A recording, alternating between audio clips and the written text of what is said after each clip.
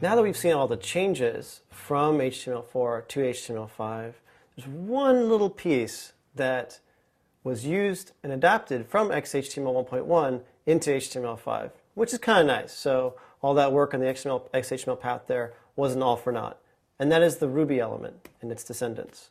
So the Ruby element, first of all, nothing to do with the programming language Ruby. Nothing at all. This has to do with annotating East Asian text. In particular, oftentimes you have some East Asian text that has a longer expansion, and I'll show you an example of that soon. There's two more tags that it encompasses. One is the RT tag, which stands for the Ruby text annotation itself, and just to be clear, it's not for Twitter retweets. And the RP tag, which stands for Ruby parentheses. When you put a Ruby in plain text, you have to actually use parentheses to demarcate the Ruby text annotation.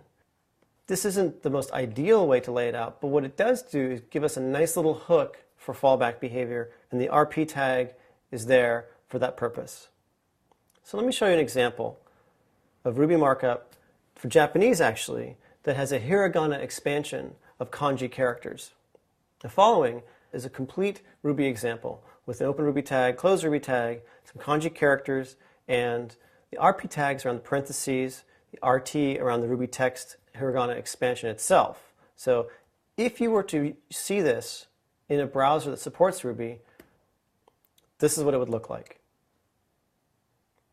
What you see is in the ellipses before and after, indicating other content, you see the kanji characters, and then you see the expansions above them of the hiragana that's used to represent the kanji.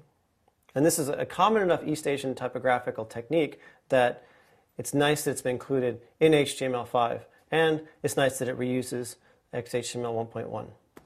Let me continue with this example and show you what it looks like in browsers that don't support the Ruby element. So we call that fallback, what happens in non-Ruby supporting browsers.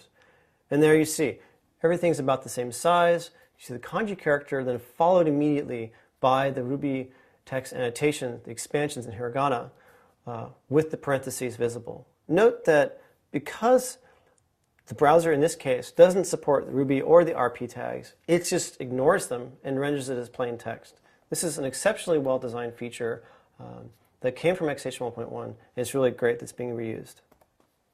In summary, the HTML5 Ruby feature, it's very useful for East Asian typography, and that's really good to know, especially if you're doing any work on East Asian sites. It works in IE, actually, and in WebKit browsers today, and this is really kind of amazing.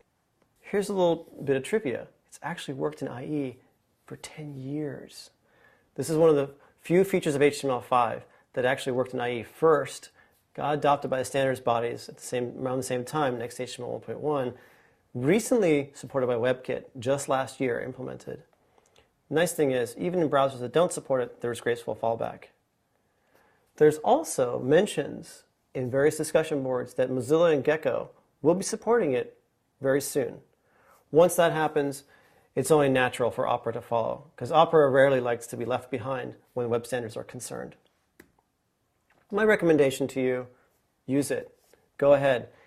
It's got sufficient benefits when it works in browsers. There's sufficient browsers that do support it, i.e. numerous mobile devices that use WebKit, etc. And in browsers that don't support it, it still looks fine. So go ahead and use this. Enhance your East Asian text with Rubies and feel confident that it'll work, or at least look pretty good.